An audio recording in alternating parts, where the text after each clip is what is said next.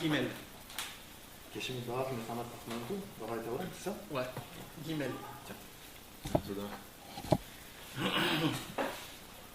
Donc ce soir, Bezrat Hashem, on va étudier notre Torah, notre Torah. Et on va apprendre des choses qui sont très sympathiques, des choses qui sont un peu nouveaux, j'espère pour vous, Bezrat Hashem. Et pourquoi? Parce qu'en vérité, le passage qu'on va étudier aujourd'hui, ça va être en vérité une construction pour ce qu'on va étudier le cours prochain, Bezrat Hashem. D'abord, pour résumer ce qu'on a étudié en petit résumé, Rabbi Nachman nous dévoile et nous déclare comme quoi il y a deux sortes de questions, que ces questions-là, ce sont des questions qui sont très très dangereuses. Ce sont des questions malheureusement ou alors on nous pose à nous ces questions-là, ou alors des fois malheureusement on se pose ces questions-là. Et comme parce qu'on se pose ces questions-là, si on rentre, Chas v'Shalom, en pourparler avec ces questions-là, on est des perdants tout de suite, malheureusement.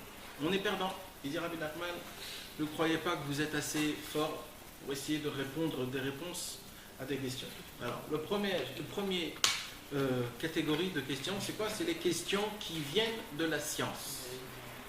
Les questions qui viennent de la science, comme beaucoup de questions, comme on avait déjà dit au sujet du soleil et de la terre, qu'est-ce qui tourne autour de quoi? On avait dit plusieurs sortes de...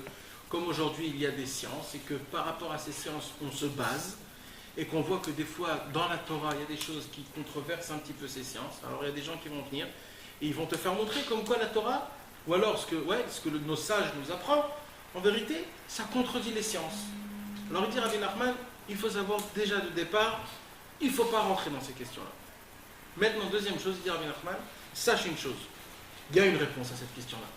Parce qu'en vérité, d'où viennent toutes les sciences? D'où viennent toutes les sciences, il dit Rabbi Nachman? Ça vient de la racine de tout, c'est la Torah.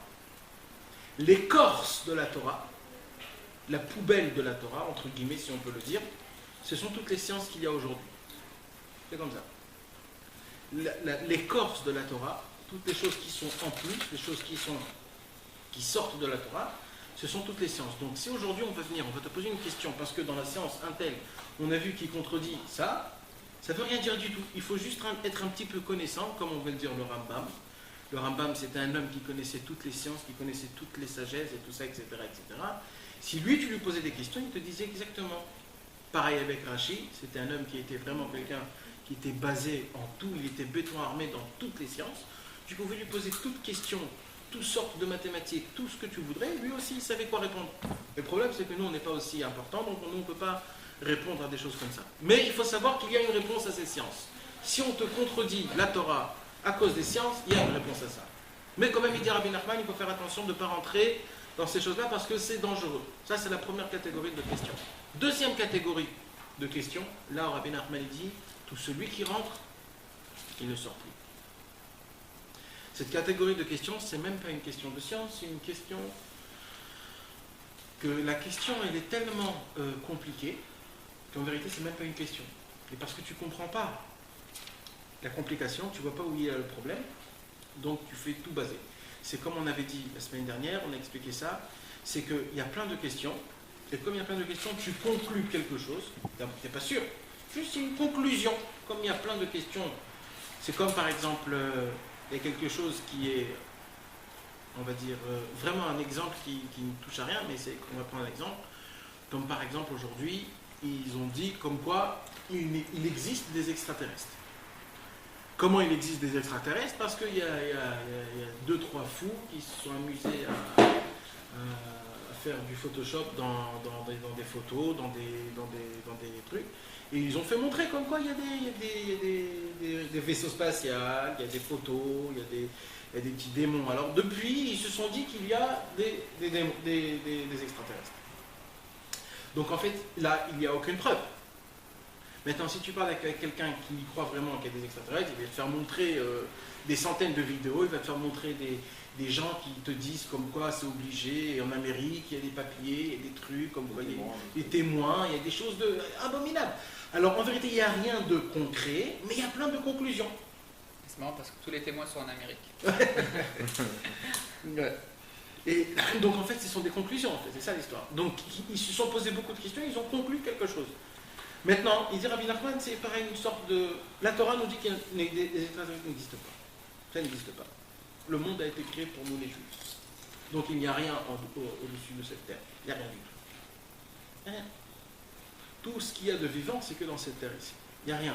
Donc maintenant, eux, ils vont venir, ils vont te dire, ils vont te poser des questions comme ça et comme ça et comme ça. C'est faux. Ça n'existe pas. Maintenant, ils vont te baser sur des trucs. Et si tu vas commencer à rentrer dans ça, tu vas poser des questions, on va te répondre des réponses, on va te reposer des questions. Cette réponse va te faire endommager une autre question, et vas-y ainsi de suite. Question-réponse, jusqu'à que tu te perds dans l'infini. Et là-bas, on a expliqué, d'après ce que Rabbi Nachman nous a dit, ces questions, ils viennent d'où? Ils viennent du Chalal HaPanoui, c'est-à-dire le grand vide, là où Dieu, Kaviachol, n'existe pas, c'est-à-dire, entre guillemets, il se cache. Et comme Dieu n'est pas là-bas, donc il n'y a aucune réponse à répondre. Il n'y a pas. Une question, c'est une conséquence du Chalal HaPanoui. C'est pas le Chalal HaPanoui. C'est ça, ça vient de là-bas. Ça vient de là-bas. Et comme là-bas, Dieu n'est pas là-bas, puisque lui-même il s'est contracté pour créer le monde, donc tu ne pourras jamais lui faire montrer Dieu là-bas. Jamais. Même pas la peine d'essayer. Alors, il dit Rabbi Nachman, mais c'est même pas la peine. Il dit Rabbi Nachman, mais il ne faut même pas rentrer dans ça. Parce que quand tu rentres, tu es perdant tout de suite. Tu es perdant. Tu es perdant. Et tu vas me dire Rabbi Nachman, alors qu'est-ce qu'on fait alors? Eh bien, des gens qui sont bien rentrés. Ils ont commencé à philosopher avec des livres de philosophes horribles à 2 francs 50, de tout ce qu'ils ont, les grands sages soi-disant de France, et les sages du Mizrach HaRachok, les gens des Indes, et des gens qui disent des choses qui ne veulent rien dire, et ils parlent des heures et des heures. Ils ont écrit des livres comme si c'est une grande sagesse, mais en réalité, c'est rien du tout. Qu'est-ce qu'ils font, les gens qui sont rentrés dedans et qui ont été déjà, malheureusement, attachés, pris au cou? Qu'est-ce qu'ils font, ces gens-là? Il dit Rabbi Nachman, Baruch Hashem, que Dieu, Baruch Hashem, Akadosh Baruch Hu nous a donné un cadeau. Ce cadeau-là, c'est un cadeau qui vaut pas des milliards, c'est inexplicable ce cadeau. C'est quoi ce cadeau-là? C'est encore plus que la Torah. Mouna. C'est la Emouna.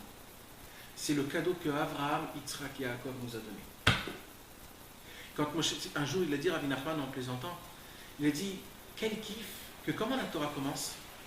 Bereshit, bara, Elohim, et Hashamayim, et Aretz. Au début, Akadosh Baruch Hu créa le ciel et la terre. Imaginez-vous si Moshe Rabbeinu il aurait commencé la Torah en disant, je vais vous dire pourquoi Dieu il est là, j'ai des preuves comme quoi Dieu c'est lui qui nous a créés. Et vas-y, il va commencer avec des preuves et tout ça. Moshe Rabbeinu, quand il a voulu ramener le peuple juif, il n'est pas venu avec des preuves. Il a dit, au début, Dieu a créé le ciel et la terre. Le premier jour, il a créé ça, le deuxième jour, et vas-y, des histoires. Comment on crée notre Emouna? Avec des histoires. On entend une histoire de tzaddik, on entend une histoire d'un tzaddik, notre cœur s'enflamme, on dit purée, regarde c'est quoi ces choses-là, il y a des choses qui sont encore beaucoup plus fortes, beaucoup plus hautes que ce qu'on croyait, etc., etc., etc. Donc en vérité, même Moshe Rabbeinu, son travail avec nous, c'était des histoires, c'était la Emouna, c'était pas des preuves, c'était pas des conclusions, c'était pas de la philosophie, c'était pas des questions, si Dieu il est un, comment il a créé le nombre, et comment le nombre peut créer, et ainsi de suite, des questions sans réponse, et si Dieu il sait tout, alors comment on a le libre arbitre? Et vas-y, ainsi de suite, des questions qu'on rentre et qu'il n'y a pas de fin. Ça, c'est la deuxième catégorie de questions que Rabbi Nachman nous dit, on n'a pas le droit d'y rentrer du tout. Et qu'est-ce qu'on fait celui qui est rentré? Donc, c'est la Emouna. C'est quoi la Emouna? La Emouna, c'est de prendre mon cerveau et de dire, cerveau, t'es humain, tu ne peux pas tout comprendre. Et tu ne peux pas tout comprendre, t'es humain. Ton cerveau, il est tout petit. Tu ne comprends même pas ce qui se passe chez ton ami. Tu veux comprendre comment l'univers fonctionne. Tu es humain, tu n'es rien du tout. Donc, je prends mon cerveau, je le contracte, je dis maintenant c'est la Emouna. Ce qu'on dit, c'est vrai. Et c'est ce qu'ils ont fait le peuple juif. Le peuple juif, ils ont compris qu'avec Moshe Rabbeinu, on ne peut pas commencer à parler. On a eu des gens qui ont voulu parler. On a eu. Et malheureusement, ils sont vite partis, ceux-là. Et les seuls, c'est qui sont restés les seuls? C'était Moshe Rabbeinu et les gens simples. Vous savez d'où on apprend ça? Il y a un grand chidouche. On raconte, le Ismach Moshe, il a écrit un livre. Il a écrit comme ça. Il y avait la marloquette entre Moshe et Korach. Par contre, Moshe Rabbeinu, c'était le grand tzaddik. Moshe Rabbeinu disait comme quoi Kadosh Baruch Hu, il est venu, il m'a dit qu'il faut faire ça, ça, ça, ça, et ça, et ça, et ça. Et Korach, il se tenait juste à côté de lui, il disait ouais, bien sûr. Un exemple. Moshe Rabbeinu a dit qu'il faut que dans le titit, il y a 2 fils de trélet. Alors Korach, il a dit, Moshe Rabbeinu, qu'est-ce qui se passe si tout le titit, il est trélet, il est bleu? Alors Moshe Rabbeinu a dit, non, il faut qu'il y ait 2 titites. Alors il a dit, mais si tu as tout bleu, c'est encore mieux. Moshe Rabbeinu a dit, moi je comprends pas les complications.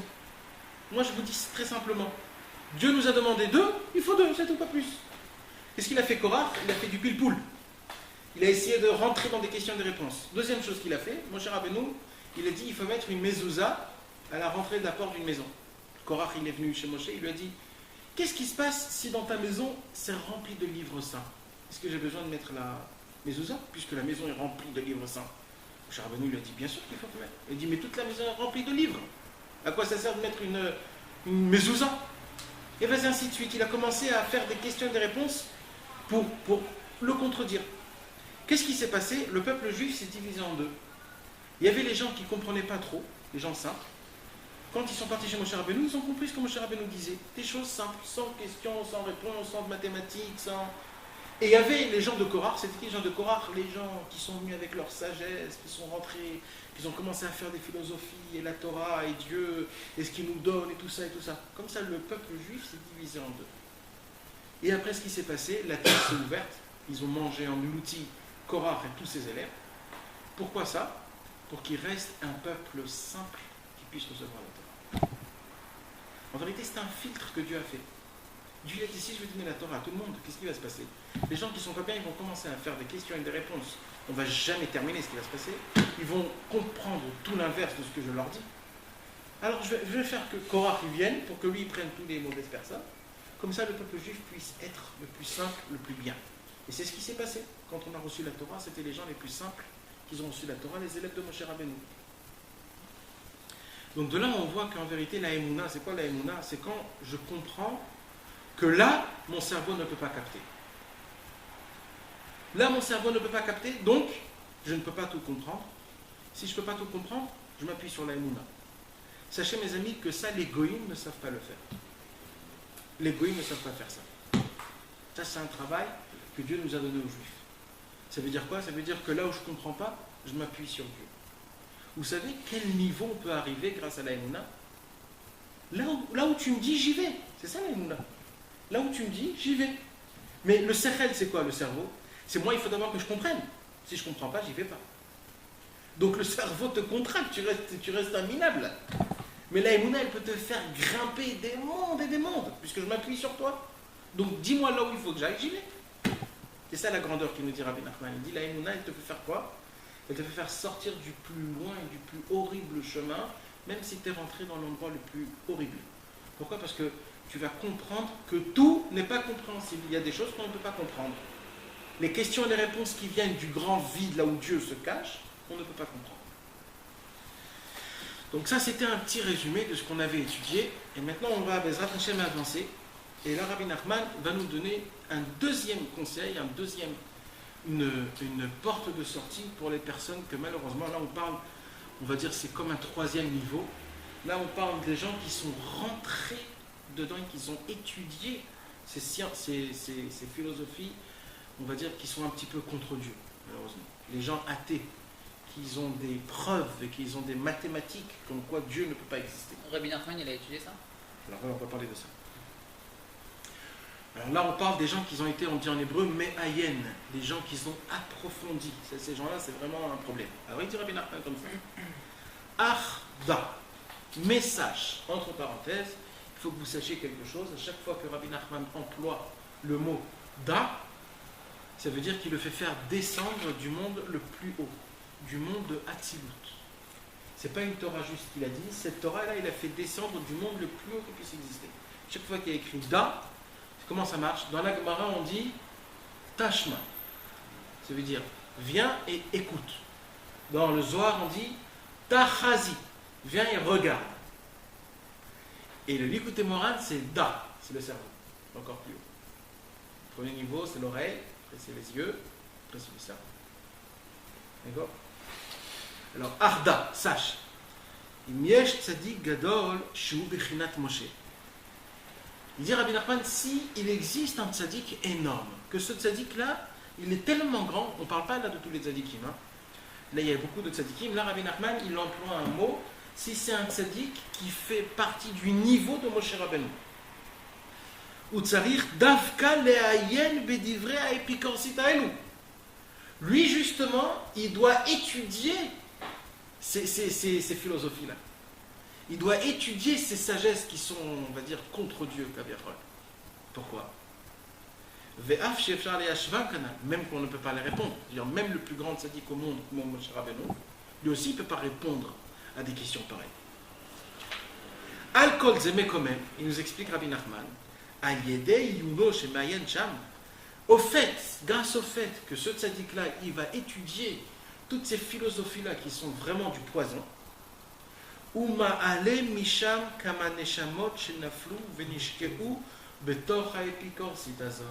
qu'est-ce qu'il va faire le tzaddik ?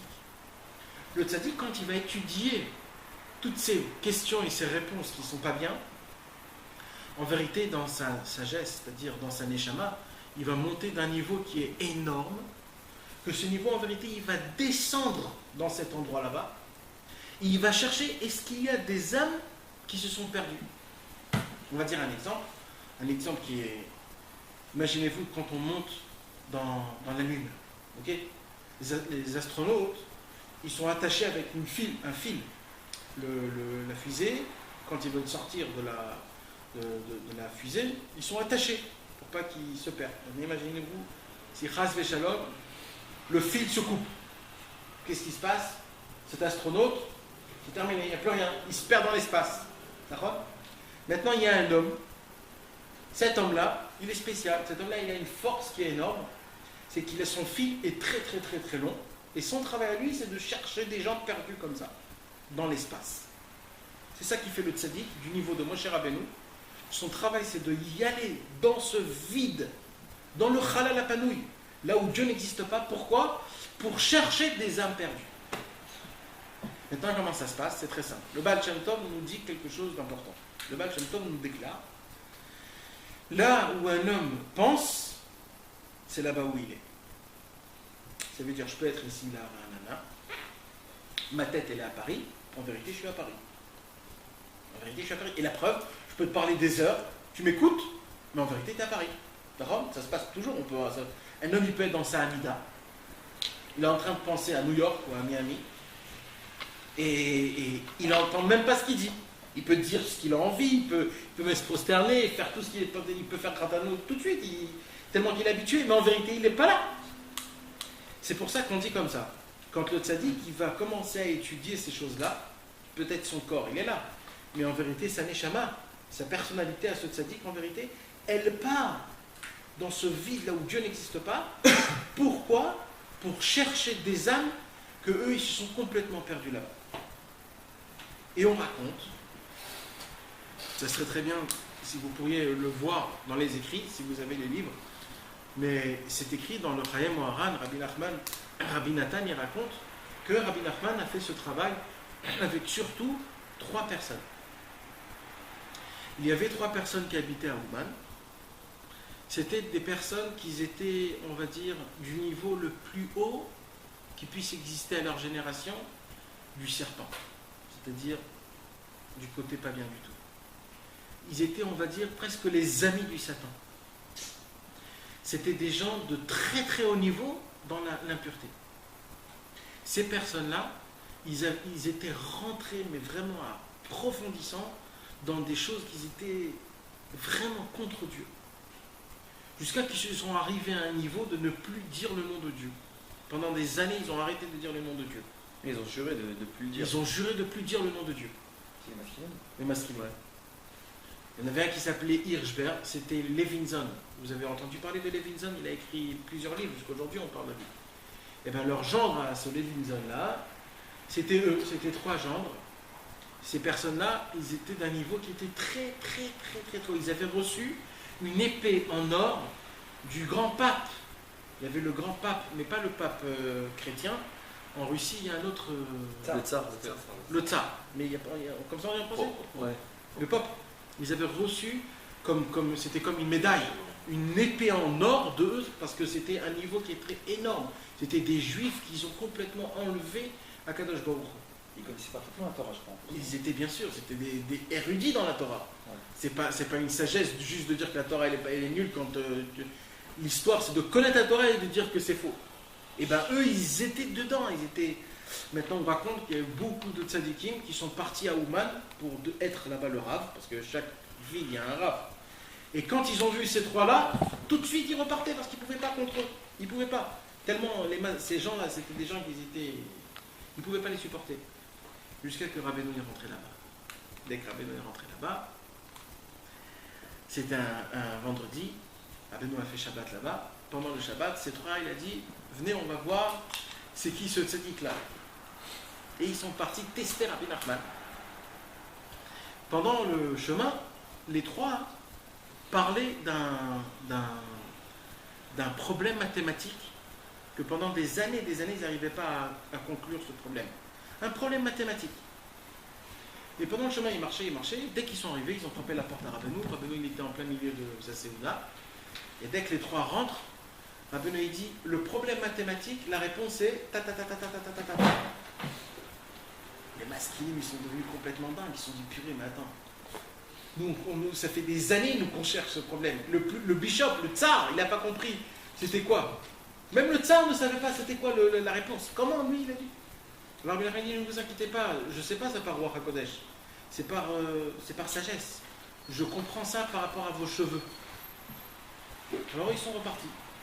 Après ils se sont dit, attends. Il nous a pris au piège. Il nous a fait faire croire que par les cheveux, il pouvait comprendre. Il a dit, celui-là, ça c'est un homme, on va être son ami. On va essayer de le tester celui-là. Et comme ça, il rentrait tous les jours chez Rabbeinu, tous les jours. Et il testait Rabbeinu, et Rabbeinu faisait un cirque. Mais un cirque, Raval al-Azman. Et ainsi de suite, jusqu'à que Rabbeinu, il a fait faire exprès de leur faire sortir de leur bouche le nom de Dieu plusieurs fois. Et eux, ils se sont dit, mais attends, on a juré qu'il ne faut pas dire le nom de Dieu. Tout ça, c'était Rabbi Nachman avec sa sagesse. Il arrivait à les faire comme ça, bouger de tous les côtés, pour qu'ils puissent être anéantis de tous les côtés. Jusqu'à qu'un jour, on raconte que Hirschberg est rentré avec un livre c'était écrit en latin, c'était un livre qui était un manuscrit qui était très important chez les Goïms. Et quand il est rentré, Rabbeinu lui a dit, c'est quoi ce livre? Il a dit, non, ça c'est pas pour vous, ça c'est du latin, c'est pas ça. Alors Rabbeinu a pris comme ça un peu de page, et il a dit par cœur tout ce qu'il avait écrit sans regarder. Et là il était épaté, là. Hirschberg était épaté. Comment Rabbeinu il savait ça? Parce que Rabbeinu en fait, lui, il rentrait dans ces choses-là. Pourquoi? Pour faire sortir des gens comme eux. Des gens comme eux, qui étaient complètement explosés. Il les a sauvés alors. Bien sûr, on raconte que ils ont fait tchouva complètement. Ils ont complètement fait tchouva. Ils sont morts, mamash, avec. C'est des tzadikim. Ils sont partis à Londres, ils sont morts à Londres, mais c'était des gens qui étaient des tzadikim. Ils ont eu le mérite. Mais on ne peut pas s'imaginer le niveau là où ils étaient et là où comment ils sont morts. On ne peut pas s'imaginer la grandeur, comment Rabbeinu il faisait. Mais là, je vous raconte vraiment en petit, mais Rabbeinu il jouait avec eux aux échecs. Et quand il jouait avec eux aux échecs, il les déchirait, il lui posait des questions, il lui parlait en langage des échecs, qu'est-ce qui se passe si je ferais ça? En fait, tout ça, c'était des choses qui lui faisaient faire comprendre comme quoi Dieu existe, et c'est Dieu le maître du monde, le roi du monde, le seigneur de tout. Et comme ça, c'était... Et qu'est-ce qu'il a dit Rabbi Nachman à Rabbi Nathan et à Rabbi Naftali, ses deux élèves les plus importants? Il a dit, ceux-là, s'ils viennent, il a dit à Rabbi Nathan, surtout ne parle pas avec eux. Et à Rabbi Naftali, il a dit, toi, même les regarder, ne les regarde pas. Vous auriez même pu faire tomber Rabbi Nathan. Mais bien sûr, mais eux c'est le venin du serpent. Ça gicle, ça te touche, c'est terminé l'histoire. On raconte. Ouais, vas-y. Le sadique, il peut récupérer aussi des gens qui ont fait Avodah Zarah, par exemple, dans le Beth Amikdash, ou des gens comme Korah, il faut les récupérer. C'est une bonne question. C'est une bonne question, je sais pas. La vérité, je sais pas. C'est sûr. Il a dit qu'il a fait le tikkun de Yerovam et Nevat. Ouais, c'est vrai. Il a fait le tikkun de Jéroboam. Rabbi Nachman, quand il est parti habiter à... Donc les pires, ils sont récupérés. Normalement, ouais. Mais Korach, on dit qu'il a fait tchouva, parce que quand oui, il fait toujours tchouva. Jusqu'à maintenant, il fait tchouva. Mais l'histoire, moi, parce que moi aussi, je me suis posé la même question, mais moi, je me suis posé la question sur Esav, par exemple. Et Ishmaël. Et Yeshua. Ils sont pas dans le clan Israël. Esav, si, il est parti de... Enfin, il est juif. Je crois pas. Peut-être non. Lui-même, peut-être, je sais pas. faut percer Israël. Bah oui. Ça bercer. Ouais, mais nous, normalement, on compte d'après Yaakov, c'est les 12 tribus. C'est Edom. Ah oui. C'est les 12 tribus, tu comprends? Donc ils savent, c'est pas encore. Je sais pas. En tout cas, ce qui est sûr, c'est que le tzaddik, il s'occupe d'eux. Je crois que maintenant que la fin de tout, ce sera le Mashiach qui va terminer tout. Mais c'est certain. Regarde, Rabbi Israël Dovodesser, c'était un grand tzaddik, Rabbi Israël. Vous avez entendu parler de Rabbi Israël? Rabbi Israël, il a dit comme ça. Il a dit Rabbi Nachman a préparé au Mashiach tous les ustensiles pour combattre. Ça veut dire que le Mashiach, en fait, il va combattre le mal avec toutes les torotes que Rabbi Nachman nous a dévoilées. Donc ça veut dire que Rabbi Nachman, en fait, il a dévoilé la base, il a dévoilé, on va dire, les M12 et tous les tanks et tout ça. Et le Mashiach, c'est lui qui va exploser. Donc c'est sûr que Rabbi Nachman, il a un travail dessus. Maintenant, le Mashiach, ça va être lui qui va complètement tout terminer complètement. Et maintenant, ce que je voulais vous dire aussi, c'est que, donc, comme on avait dit, Rabbi Nathan et Rabbi Naftali, les deux érudits, les deux élèves les plus attachés à Rabbi Nachman, eux, ils ne pouvaient pas du tout parler avec eux. Pourquoi? Parce que eux, c'était des gens qui, quand ils te parlaient, même la buée de ce qui sortait de leur bouche, ça te faisait du mal. La buée, rien que la buée. On raconte qu'un jour, Hirschberg, il marchait comme ça, et il était dans sa tête comme ça, occupé, et d'un coup, il voit Rabbi Nathan sortir d'une forêt. Et il dit, Hirschberg, je t'en supplie, fais-moi montrer que Dieu est là. Alors Rabbi Nathan l'a regardé, c'était après que Rabbeinu était déjà parti de ce monde. Et il lui a dit, Rabbi Nathan, mais de quoi tu me parles? Moi, il y a un instant, là, je viens de lui parler. Il sortait de l'île des doutes, il sortait d'une forêt. Et ça a été dit tellement par sincérité, par émet. Ça a été dit tellement par sincérité que ça lui a suffi. Et là, Rabbi Nathan, il a compris qu'on voit qu'on peut rapprocher même un homme comme ça, sans preuve. Juste par sincérité, par émet. Je l'ai vu, je viens de lui parler. Pour Rabbi Nathan, quand il parlait avec Hachem, c'était pas juste une émouna. C'était pour lui, il voyait vraiment Dieu, il parlait, il rentrait dans des conversations, il parlait tout ça, c'était vivant. Donc quand lui est sorti, il me dit, mais de quoi tu me parles là? Je viens un peu de lui parler, de quoi tu me parles? Tu rentres dans tes histoires. Donc il lui a fait faire rentrer cette semence de vérité qui a complètement germé en lui. Et donc de là, on voit les grandes choses. Donc, le travail du tzaddik, en vérité, le travail du tzaddik comme Rabbi Nachman, comme les grands tzaddiks, là il dit qu'il faut qu'il soit du niveau de Moshe. Ça veut dire quoi du niveau de Moshe? La Gemara nous dit comme ça. Adam. Hein? Qu'il soit Adam comme Moshe. Alors, très bien. En vérité, la plus grande qualité de Moshe Rabbeinu, c'était la Hanava. Tu as raison, à 100%. Mais quand il dit la tzaddik comme Moshe, ça peut être aussi la Hanava. Mais c'est surtout, comme on dit, c'est qu'il est seul. Il n'a pas deux dans la génération. Il est unique. Moshe Rabbeinu, il n'a que un. Il y avait Aaron à Cohen, c'était aussi le grand tzaddik, mais ce n'était pas le tzaddik. Ce n'était pas le sauveur. Donc en vérité, quand il dit Im yesh tzaddik gadol shuprinat Moshe, s'il y a un tzaddik du niveau de Moshe, c'est-à-dire que c'est un niveau, parce que je vais vous dire, c'est très simple. Parce que même pour le tzaddik, c'est hyper dangereux de rentrer là-bas. T'imagines là où il rentre le tzaddik? Il peut se perdre lui aussi. Parce que ces questions-là et ces réponses, on a dit que Dieu n'existe pas là-bas, puisqu'il c'est dans le vide. Donc Dieu n'existe pas. Donc si Dieu n'existe pas, même le tzaddik le plus grand, il ne peut pas trouver Hachem là-bas. C'est pour ça qu'il faut que ça soit un tzaddik spécial, du niveau de Moshe Rabbeinu. Et c'est que ce tzaddik qui peut t'aider. Il n'y a pas un autre. Quand il y avait un problème dans le peuple juif, ils allaient voir Moshe, ils n'allaient pas voir Aaron à Cohen.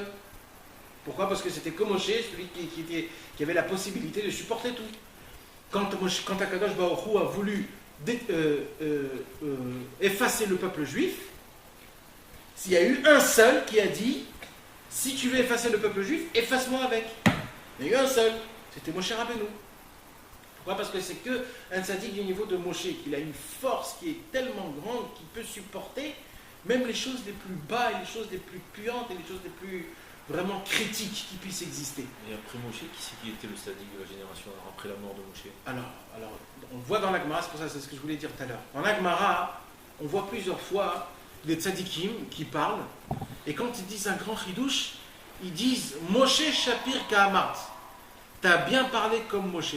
Donc on va t'appeler aujourd'hui Moshe. On voit qu'il y avait des tzaddikim, et quand ils disaient un chidouche énorme, ils s'appelaient Moshe. On l'appelait Moshe. De là, on apprend que, en vérité, les grands tzaddiks de la génération, les grands tzaddikim, normalement, ils sont du niveau de Moshe Rabbeinu. Mais ce que je peux te dire par rapport à plusieurs écrits et par rapport à ce qu'on a reçu de génération en génération, en vérité, des tzaddikim qui ont été équivalents à Moshe Rabbeinu, il n'y en a eu que 5. Que 5. Avant lui ou après lui? Le premier, ça a été Moshe Rabbeinu. Pourquoi? Parce que c'est Moshe Rabbeinu qui a fait descendre la Torah. La Torah. Après, c'est qui a mis une rénovation aussi énorme? Mais Shimon Bar Yochai. Rabbi Shimon Bar Yochai, il a dévoilé le Zohar, la Kabbalah, il a mis une itrachut dans le peuple juif. Le peuple juif a commencé à. Parce que de Moshe Rabbeinu, il y a eu plein de problèmes. Il y a eu les prophètes, après il y a eu les rois juifs, les rois Yehudim, de Yehuda, les rois d'Israël. Il y a eu des problèmes, la Vodazara, les trucs horribles. Le temple a été construit, il a été redétruit. Après, encore une fois. Alors, Rabbi Shimon Bar Yochai, il est venu quand le temple était déjà détruit. Et il fallait une électrochoc, il fallait remuer le peuple juif. Et quand il est venu, il a dévoilé le Zohar, quand il a été dans la grotte pendant 12 ans et qu'il s'est caché avec son fils, il a dévoilé toute la Torah. C'était comme une deuxième Torah, comme Moshe Rabbeinu. Donc il a dévoilé le Zohar. Donc Rabbi Shimon Bar Yochai, lui, faisait partie de ces 5. Après, ça a été qui le troisième? Ça a été le Harizal. Le Harizal, il a découvert et dévoilé au monde tout. Il nous a tout dit. Les réincarnations, le monde en entier, la Torah, tout comment ça se passe, tous les mondes, les cieux, les sphères. Il n'y a rien il voyait quelqu'un qui disait, toi t'es le guide de ça, toi t'es la réincarnation, t'es venu dans ce monde-ci pour réparer ça et ça et ça et ça. Et je vois dans ton front que t'as fait cette faute avec elle et avec ça et avec ça. Et tout, il n'y avait rien qui était caché à lui. Donc lui aussi, il a ramené une rénovation dans le monde qui était exceptionnelle. Maintenant, tous ces travaux, c'était des travaux pour des tzadikim. Alors les pauvres, les gens simples, ils sont restés avec les mains dans les poches. Alors tout de suite, Akadosh Baruch Hu a envoyé le Baal Shem Tov. Le Baal Shem Tov, il est venu pour les gens les plus simples et les plus grands. Le Baal Shem Tov, il a fait rentrer un chidouche dans le monde, comme quoi tout le monde peut servir Dieu, même les gens simples. Parce qu'on parle d'une époque où les Juifs ne savaient ni lire ni écrire. Hein. C'est l'époque de 300, 400 ans. C'est une époque où s'il y avait des riches, eux, ils étaient bien placés. Les pauvres, c'était des laboureurs, ils labouraient la terre, c'était des gens qui étaient... Paysans, exact. Donc, le Baal Shem Tov, il est venu pour nous faire montrer que même les enfants, même les femmes, même les gens les plus paysans, les plus gasses. Mais de Moshe à Bar Yochai, il y avait une grande époque. C'était énorme. C'était énorme. Donc, entre les deux, qui c'était le tzaddik de la génération? Alors, il y a eu on va dire, on ne peut pas dire des remplaçants, mais on va dire des gens que leur travail à eux, c'était le plus de s'attacher à la Torah de Moshe. Et diffuser la Torah de Moshe. Voilà. Comme par exemple tous les prophètes. C'était, on va dire, comme un petit... Il y a des intermédiaires. Toujours des intermédiaires. Entre les grands et comment tu vois ça? Tu ouvres le livre des prophètes, tu vas voir que tout ce qu'ils disent, c'est toujours le peuple juif, ne soyez pas comme ça, ne soyez pas comme ça, il y a eu un grand maître, c'était Moshe Rabbeinu, c'est lui qu'il faut qu'on écoute, c'est lui qui... Toujours, il faisait ces mêmes choses-là. Donc toujours, il y a eu des intermédiaires que leur travail à eux, c'était de nous faire attacher à la grande bombe atomique qu'il y a eu. Et tout de suite après le Baal Shem Tov, il y a eu Rabbi Nachman de Breslev. Rabbi Nachman de Breslev est venu et il a dit qu'après moi, jusqu'à la venue du Mashiach, on n'aura plus d'autres. Donc c'est le 5e. C'est le 5e, c'est la boucle qui se ferme. C'est le 5e, c'est la boucle qui ferme. C'est-à-dire qu'aujourd'hui, donc depuis que Rabbi Nachman il est parti, c'est qui alors? C'est les livres. Ah d'accord, il n'y a pas... je vais t'expliquer il n'y a quelque pas chose. des tzadikim qui gardent le flambeau. Regarde, c'est sûr qu'il doit avoir. C'est sûr qu'il doit avoir.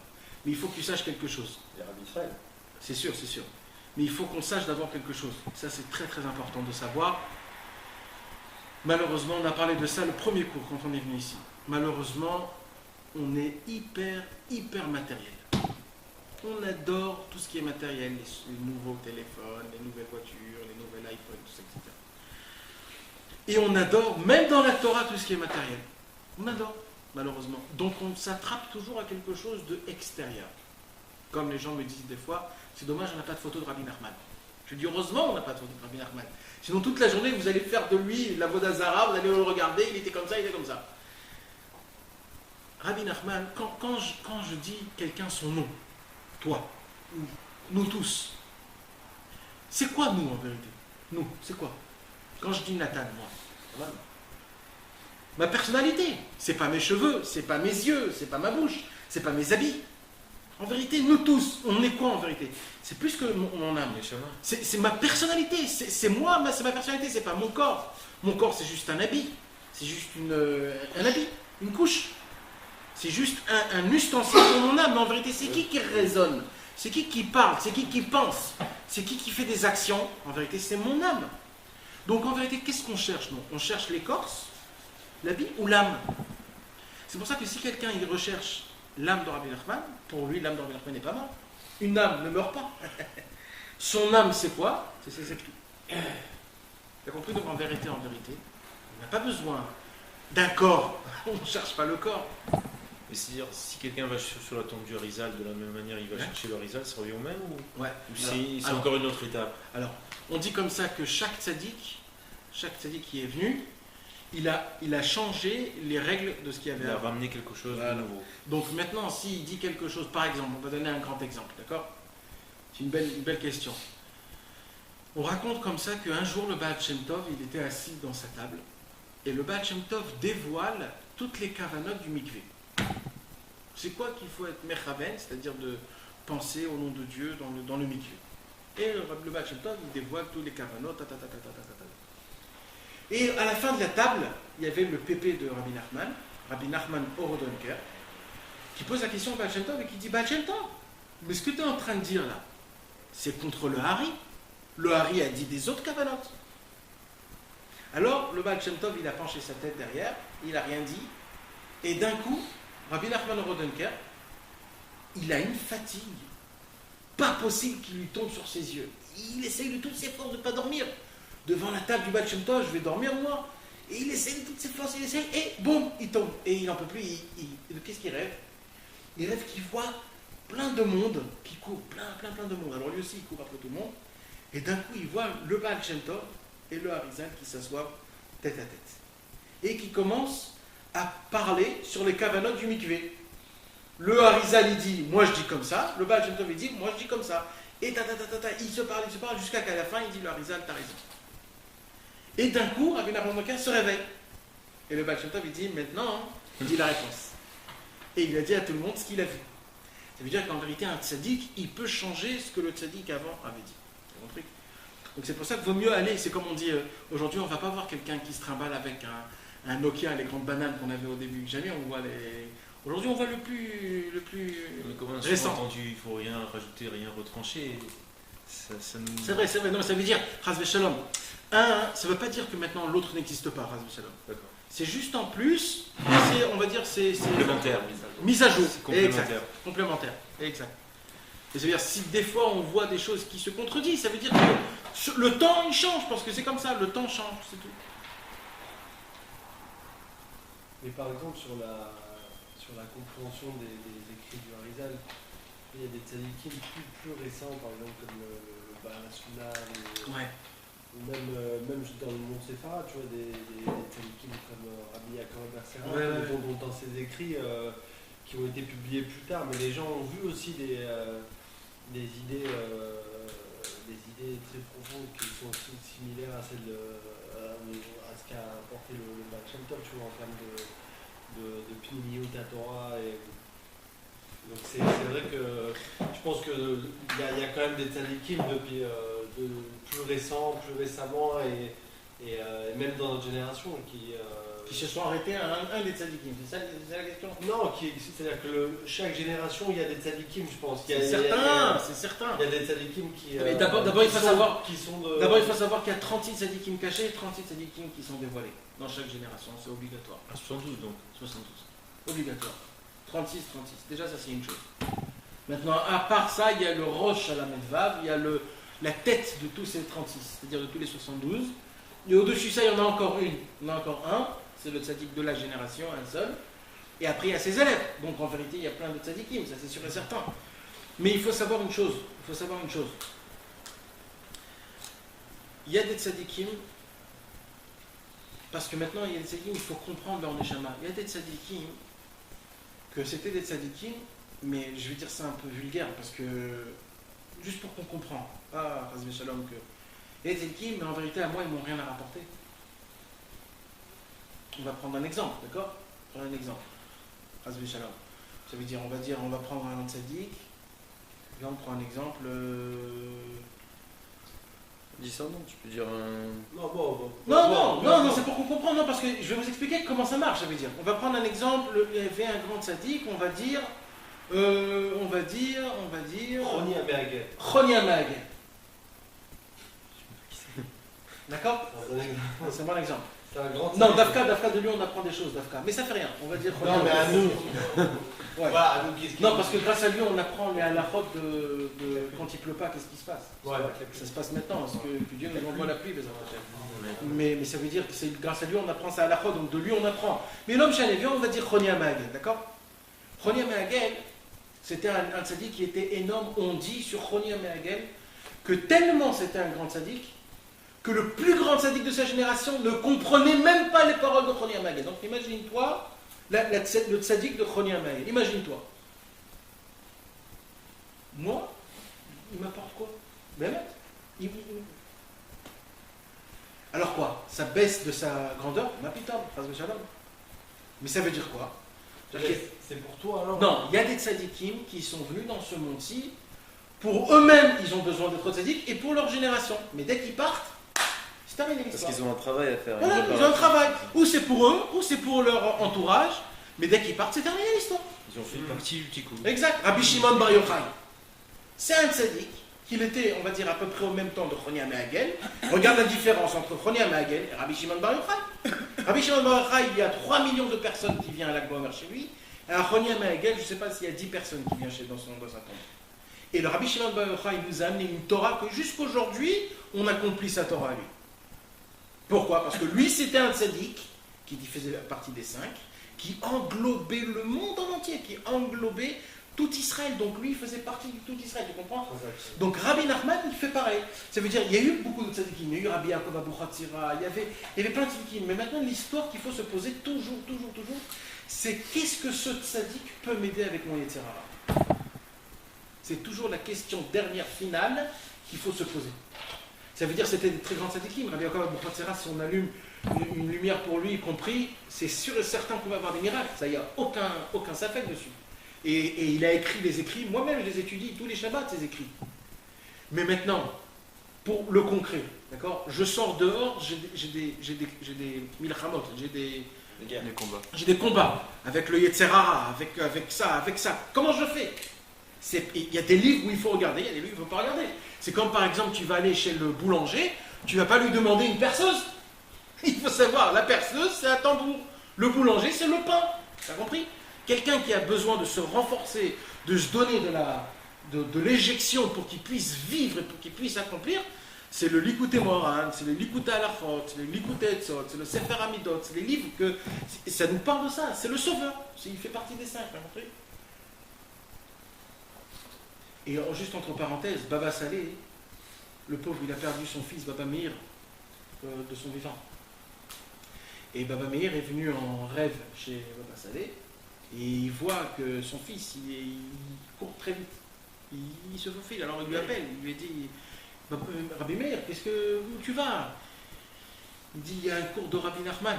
Quand Rabbi Nachman donne un cours, c'est le ciel en entier qui vont. J'ai pas le temps de partir. C'est une vraie histoire. Hein. Il y a une histoire aussi de sa fille que Rabbi Isra. Que Baba Saleh a dit. Bien sûr. Il Et a Baba dit Elazar sur aussi, il s'est passé l'histoire de Baba Elazar. Sur le Likutei Etzot, il a dit à sa fille, dès que tu as une question, que tu as besoin d'un conseil, une question, ouvre le Sefer, le Likutei Etzot. Non mais c'est connu. Ça veut dire c'est mondial. C'est mondial. Rabbi Nachman, c'est mondial. C'est pas juste un tzaddik qui appartient. C'est mondial. C'est pour ça que c'est important. C'est ça qu'on dit. Un tzaddik d'un niveau de Moshe. Ça veut dire quoi un tzaddik d'un niveau de Moshe? C'est que ce niveau, il fait partie des 5. Ça veut dire que l'aneshama de ce tzaddik, c'est l'aneshama du peuple en entier. Il y a des gens qui disent, moi j'ai mon rav, c'est mon tzaddik, et c'est ma neshama. Ma neshama lui appartient à sa neshama. Il y a plein de gens qui disent, c'est d'après les neshamot, il y a un rav qui a ces neshamot là. Mais là, il n'y a pas cette excuse.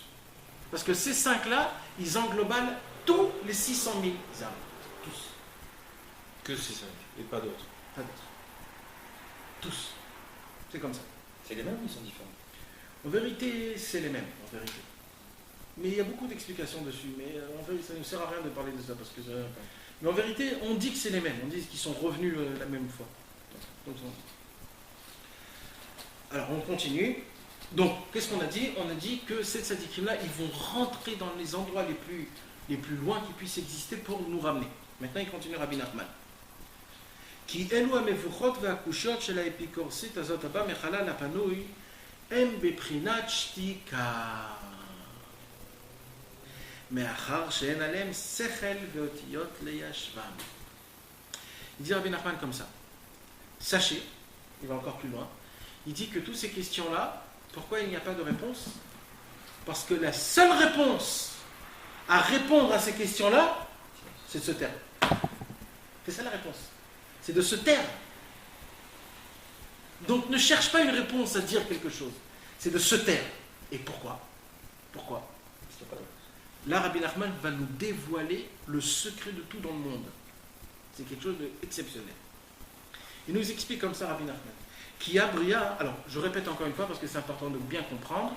Il dit Rabbi Nachman, donc, en conclusion, quand on te pose des questions qui font partie des endroits les plus loin de Dieu, tous ces mauvaises choses-là, il dit Rabbi Nachman, il faut se taire. Pourquoi? Parce que la réponse à ces questions-là, c'est le silence. C'est le silence. C'est ça la réponse. Maintenant, il va nous expliquer pourquoi. Et là, Rabbi Nachman, il nous dit quelque chose vraiment très important. Ki habria aita alidei hadibur. Comment Akadosh Baruch Hu a créé le monde? Par sa parole. Il y a écrit 10 fois Vayomer dans Parashat Bereshit. Ces 10 Vayomer là, Vayomer, Dieu dit que le ciel fit et le ciel fit. Dieu dit que fut. Dieu dit que la terre fut et la terre soit. Exactement, etc. Ça veut dire que, et Rabbi Nachman nous rapporte ici, que moi chez Katouv un pasuk, il y a écrit comme ça, Bidvar Hashem, Shamayim Nasu Uveroach Piv Kol Tsevaam. Par la parole de Dieu, le ciel s'est fait, et par le souffle de sa bouche, tout a été créé. C'est-à-dire qu'Akadosh Baruch Hu, quand il a voulu créer quelque chose, qu'est-ce qu'il a fait? Il n'a pas pris ses mains et il a fait quelque chose avec ses mains. Il n'a pas pensé. Il a dit. Au moment où il a dit ce qu'il voulait, les choses se sont faites.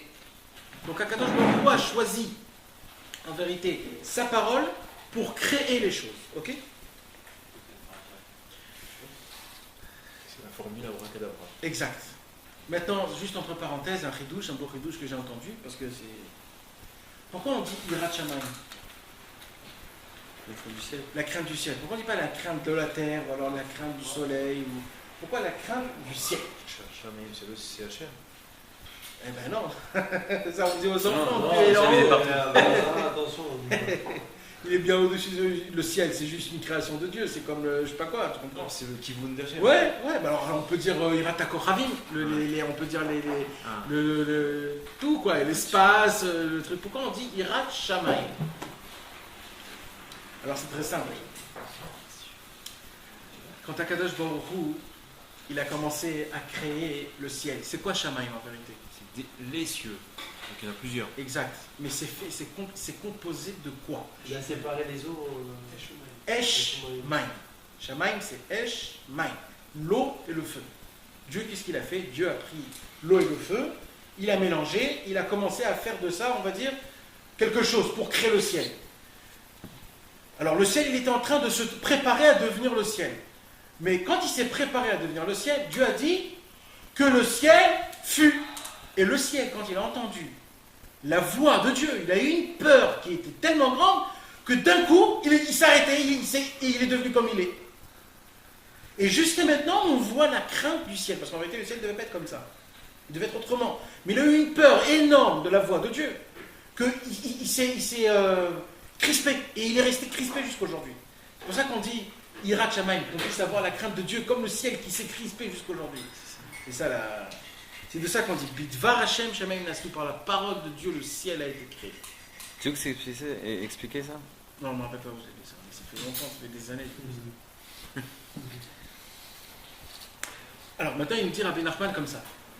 Il nous dit Rabbi Nachman, comment ça se fait, pourquoi ça se fait par la parole. Alors, il dit comme ça. Ou behadibur yesh chorma. Il dit Rabbi Nachman que quand on sort une parole de notre bouche, dans cette parole, il y a de la sagesse. Pourquoi? Comment je rends sage quelqu'un? Par la parole. Il y a une seule façon au monde où je peux faire créer quelque chose chez quelqu'un d'autre, c'est en lui parlant. Il n'y a aucun autrement, on ne peut pas autrement. C'est qu'en parlant avec quelqu'un que j'arrive à lui faire créer de la sagesse en lui. Car la parole est divisée en 5 parties. D'accord? Il y a les lettres des lèvres, des dents, Du palais. du palais et de la langue. Et de la gorge. D'accord? Toutes les 22 lettres juives, ils sont divisés en 5. Et par ces 5 parties, c'est-à-dire les 22 lettres, tout a été créé. En vérité, je dis toujours, et c'est une bonne... c'est qu'en vérité, les lettres de la Torah, Aleph, Bet, Gimel, Dalet, en vérité, ce sont des atomes. D'accord? Dans chaque chose, il y a des atomes. Il y a le proton, le neutron et l'électron. D'accord? Dans chaque chose, il y en a des milliards qui tournent autour. En vérité, eux, ils disent des atomes. Nous, les juifs, on dit des lettres. Des lettres. Ces 3 lettres, Aleph, Mem, Shin. Un, c'est proton, un, c'est neutron, et un, c'est électron. Ces 3 lettres, ils se tournent toujours ensemble. Et autour de ça, il y a des lettres encore qui sont éparpillées. On ne va pas rentrer dans ça parce que ça, c'est un cours qui est très gros. Tu veux dire qu'avec la forme des lettres, on peut écrire d'autres lettres? On crée tout, bien sûr.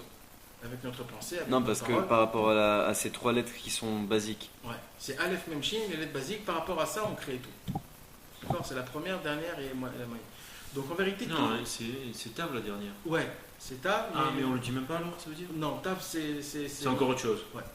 Aleph, Mem, Shin. Donc ces trois lettres, c'est les lettres maman, on dit. Les lettres bases. On s'en dit basique. Ouais. C'est les lettres basiques de toute la... On ne va pas rentrer dans ça parce que c'est... Aleph, par exemple, c'est 2 yud et un vav, ça fait 26. Ouais.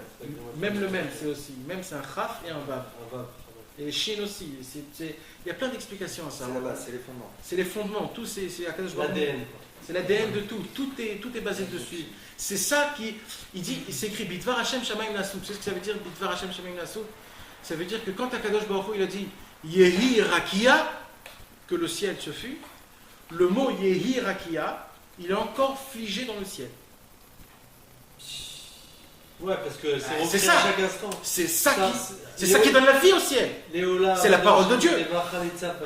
Bah oui. C'est ce qu'on dit à Kippour. C'est ce qu'on dit à Kippour. C'est pas été juste une seule fois. Le fait que Dieu a dit que cet arbre soit cet arbre, le mot Etz, il est encore dans ce tronc. C'est ça qui donne la force au tronc d'être tronc. Et nous, on ne voit pas. Donc on ne voit pas les tzadikim, vous voyez que ça. Il le répète tous les instants. Hachem. Non, parce que nous, Parce qu'on dit que la création elle se elle fait se tout le renouvelle. temps. Mais il faut que tu te rappelles que nous, on est ici sur Terre, dans l'espace et le temps. D'accord. En haut, il n'y a pas d'espace et de temps. Donc en haut, passé, présent et futur, c'est la même chose chez Dieu. Donc il a suffi de dire une seule fois, ça se répète toujours. Ok. Donc surtout, c'est ça en fait, c'est les lettres qui donnent la chayout, la vitalité aux choses. On peut juste Jusqu'aujourd'hui. donner une piste d'explication pour le taf. Ouais. C'est pas Ouais. juste sans rentrer dans le détail, mais le taf, pourquoi il n'est pas dans le. C'est très simple. dans le- C'est très simple. Tav, c'est un du mot hakika. Ça veut dire Gravé. gravé. C'est-à-dire, toutes les lettres, ils font la chose, ils créent la chose, et Tav, c'est elle qui l'incruste. C'est elle qui met de l'abstrait au concret. Donc Tav, elle ne fait pas partie de la construction, elle fait partie c'est elle qui fait la chose. C'est elle qui incruste la chose. Hein? C'est ça. C'est elle qui concrétise les choses. C'est-à-dire avec toutes les lettres, c'est-à-dire toutes les lettres jusqu'à le Shin, on crée la formule, et Tav, c'est elle qui fait sortir, c'est elle qui concrétise les choses.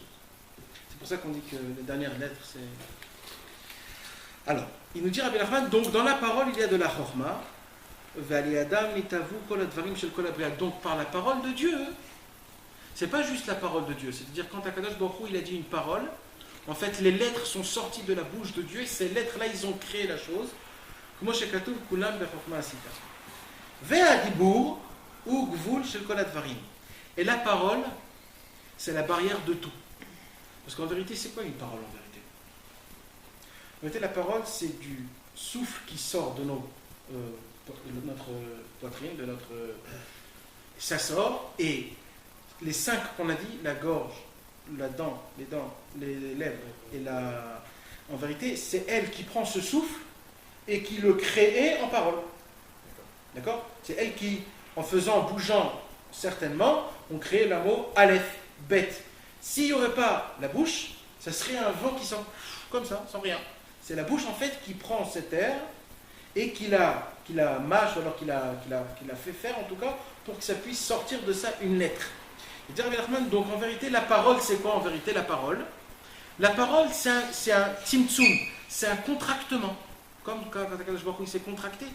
La bouche aussi, c'est un contractement de l'air qui sort de nos poumons. Et c'est ça qui crée une parole, une lettre, des paroles qu'on dit. Donc, en fait, la parole, c'est un contractement, c'est un gvul. Donc, Akadosh Baruch Hu, lui, c'est le maître de la sagesse. Qu'est-ce qu'il fait Akadosh Baruch Hu pour donner cette sagesse à nous? On va dire ça Akadosh Baruch Hu, il a fait faire que de la lumière sort des mots. C'est très dur de prendre une lumière et de la faire sortir en parole. Mais Akadosh Baruch Hu a fait que c'est que comme ça qu'on peut la faire.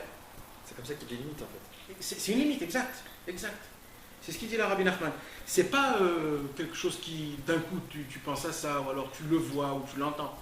Akadosh Baruch Hu a créé que toute sa sagesse, on peut la connaître par des paroles. C'est pour ça que toute la Torah a été dite oralement par Dieu. Et la Torah n'a pas été écrite tant que Moshe Rabbeinu ne l'a pas dit oralement 4 fois à tout le peuple juif. Parce que d'abord, ça se fait oralement. Je veux juste dire un truc. Donc, si sa parole elle est créatrice aussi bien du bien que du mal. Ouais. Donc toutes les mauvaises paroles qui ont été dites par même les ennemis d'Israël, Bilam et compagnie, elles Malheureusement, existent encore ces paroles. malheureusement, ça nous fait du mal. Elles sont figées aussi donc. Et nous aussi, Malheureusement. tout ce qu'on dit, ça reste. Et nous encore plus. Waouh. Donc si on dit quelque chose de pas bien, quoi, ça reste. Encore plus. Et tu sais ce qu'il y a écrit encore? Malheureusement. Il y a écrit comme ça. Quand un homme il dit quelque chose, Il crie quelque chose. il le crée, ça c'est sûr. Mais c'est obligé que ça va se passer dans sa vie. Et s'il ne voit pas que ça va se passer dans sa vie, ça va aller chez ses enfants. Toute la journée, je dis. Parce qu'au moment où il a dit, il a créé la chose. Tarat Nedarim. T'as raté d'arriver. Heureusement. Arrête de jouer. Ouais, ça. mais Si pas on- sur ça, pas sur ça. Pas sur ça. Alors à quoi ça sert à Kippour si on fait Tarat Nedarim alors? C'est pour annuler ces C'est bêtises. pour annuler ces bêtises. Moi, je vous pas donne toutes les l'exemple de bêtises. la paracha de la semaine. Ouais. Qui vient de se passer. Vas-y, t'écoutes. Quand Rachel elle a Exact. volé les Exact. statuettes de Lavan. Ah ouais, Nachon.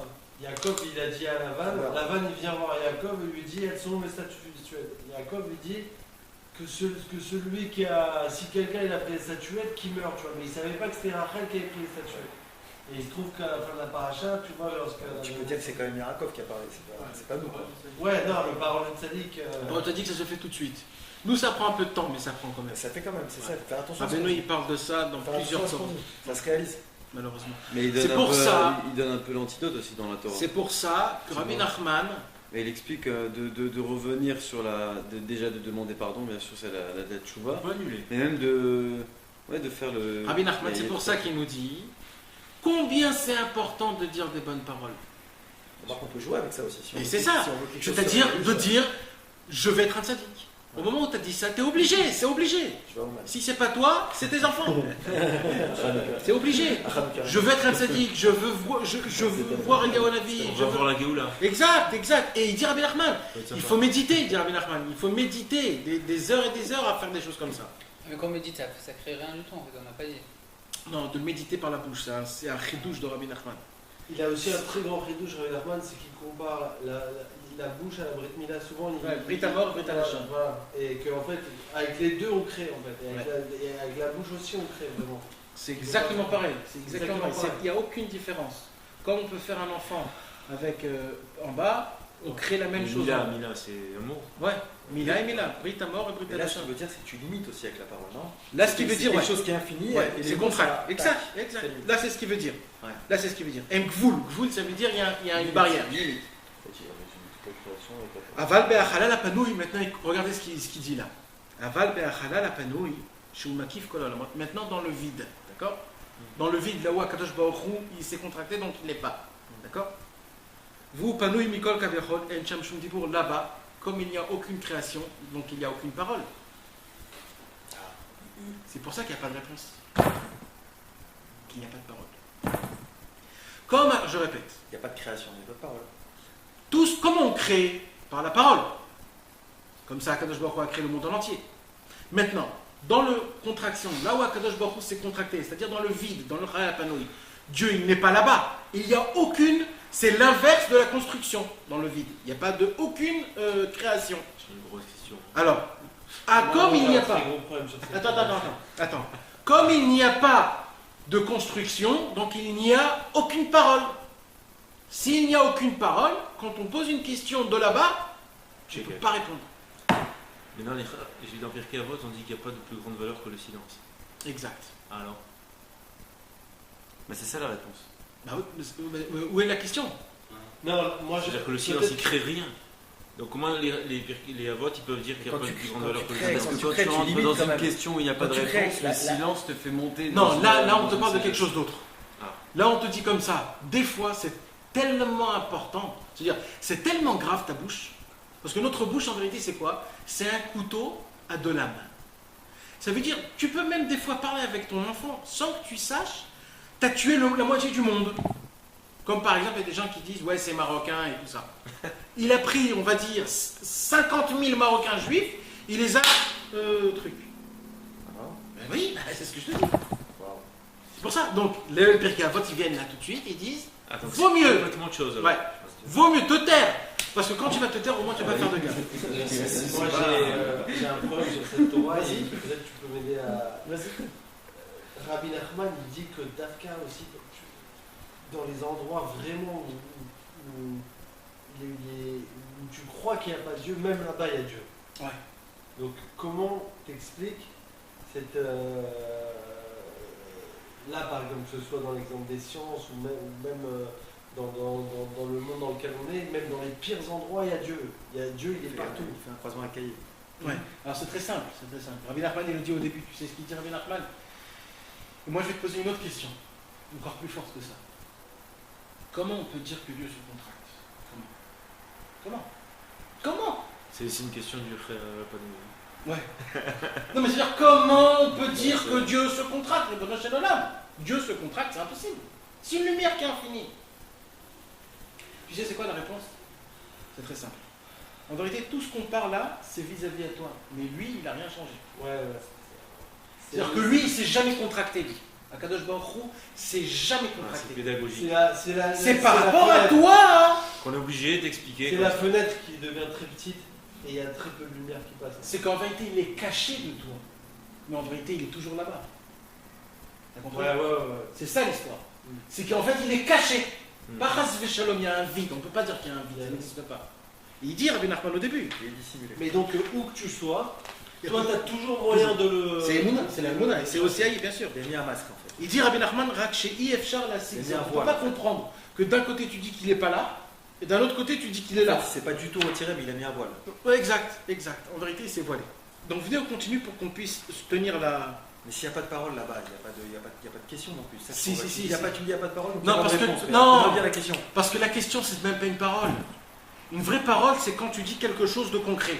Ah. Mais une question, c'est un point d'interrogation. C'est pas quelque chose de concret, si tu poses une question. Donc il n'y a que des questions là-bas. Et le problème, c'est qu'il n'y a aucune réponse, parce que là-bas, il n'y a rien qui est créé. Donc tu peux rien créer. Et la seule réponse à ça, c'est de se taire. Et Rabbi Nachman va nous faire montrer où on a vu ça dans la Torah. Donc à la limite, il ne faut jamais poser de questions. Surtout des questions qui te bouleversent et qui te remet en question Dieu. Parce que là, on parle d'Afka de ça.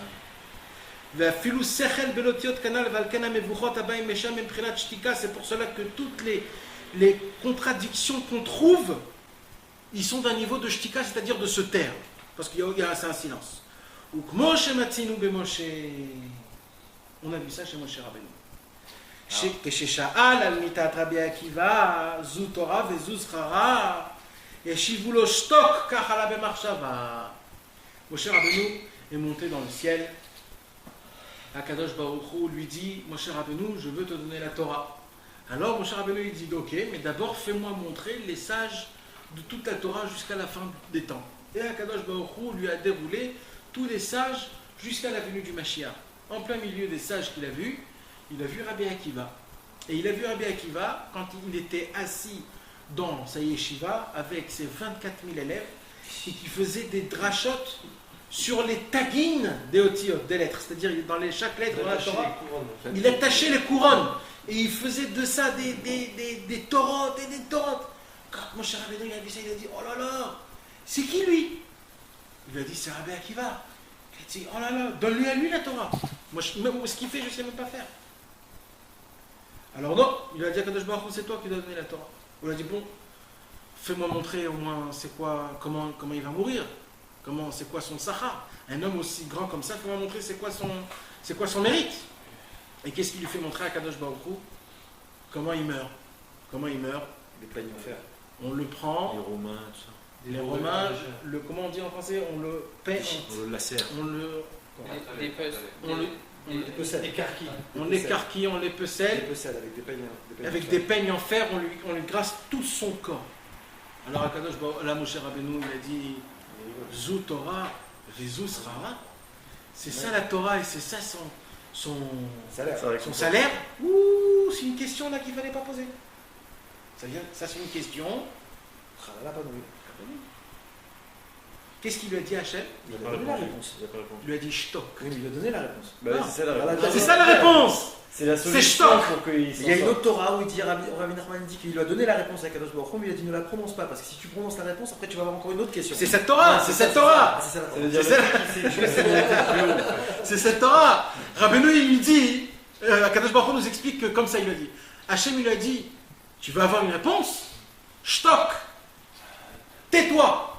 Parce que la question que tu as posée, ça vient du Chalal Panouï. Vous savez ce qu'il dit là, Rabbi Nathan, dans l'écoute à la fois? Il dit que depuis ce moment-là, il est devenu bégayant, Moshe Rabbeinu. C'est là. Ah, c'est à ce moment-là qu'il Ça veut dire, quand il était petit, quand il a pris le charbon et qu'il l'a mis dans sa bouche, il était bégayé. Ouais. Mais après, ça s'est remis normal. On n'a jamais vu quelqu'un qui se brouille la langue et que depuis il bégaye. Après, au buisson ardent, il a dit moi je suis. Alors voilà, c'est de ça qu'on parle. Maintenant, on va t'expliquer le secret que Rabbi Nathan. Au buisson, Rabbeinu, au buisson, il a dit je parle pas bien, moi il faut que tu prennes la rose. c'est ça que je vais t'expliquer. Rabbi Nathan il explique quelque chose d'énorme. Il dit comme ça. Quand tu t'imagines que Moshe Rabbeinu, Akadosh Baruch Hu se dévoile à Moshe Rabbeinu, et qu'est-ce qu'il dit Akadosh Baruch Hu à Moshe Rabbeinu? Il dit Moshe Rabbeinu, je t'ai choisi toi que tu délivres le peuple juif. Qu'est-ce qu'il dit Moshe Rabbeinu? Il dit non. Mais attends. Abraham Avinu a dit de sacrifier son fils Yitzhak, le seul au monde. Et il l'a fait tout de suite. Ouais. Tu viens, tu dis non. Vous savez ce qu'a écrit, combien de temps ça a pris entre Moshe Rabbeinu et Akadosh Baruch Hu? Une semaine. Tu t'imagines, Akadosh Baruch Hu, Moshe Rabbeinu tient tête avec Moshe en se disant mais attends, mais où on est là? Et qu'est-ce qu'il lui dit là-bas? Il lui dit là-bas je bégaye. Tu sais ce que ça veut dire? Il y a même en fait tout ce qu'il a fait Moshe Rabbeinu, c'est cette Torah-là. Il lui a dit comme ça Moshe Rabbeinu à Hachem. Il a dit aujourd'hui dans ce monde-ci, c'est qui le plus grand athée, le plus grand, ou c'est lui le Chalal Panouï, c'est qui aujourd'hui? Là-bas à l'époque, comme chez Ouais. le pharaon. Pharaon. Ouais. Alors Moshe Rabbeinu a dit, tu veux me faire rentrer chez lui? Mais moi je ne suis pas capable de rentrer dans le Chalal Panouï. Je bégaye, je ne peux pas parler. Je ne veux pas parler. Donc c'est bon. Non, c'est ça en fait l'histoire. C'est qu'il a dit à Moshe Rabbeinu, c'est pour cela, ne m'envoie pas chez Paro. Moi j'ai peur, je ne veux pas aller là-bas. C'est pour ça qu'il y a mis Mais Aaron c'est avec lui. justement comprends. parce qu'il ne peut pas parler, parce qu'il peut y aller. C'est Il pour a mis Aaron cela. avec lui. Hein? C'est ça qu'il a pris Aaron avec lui. Ouais, d'accord. C'est pour ça qu'il a pris Il Aaron. y a direct avec la Torah. Mais de là on comprend, ça veut dire là Rabbi Nathan il nous explique en fait toute la raison que Moshe Rabbeinu a tenu tête.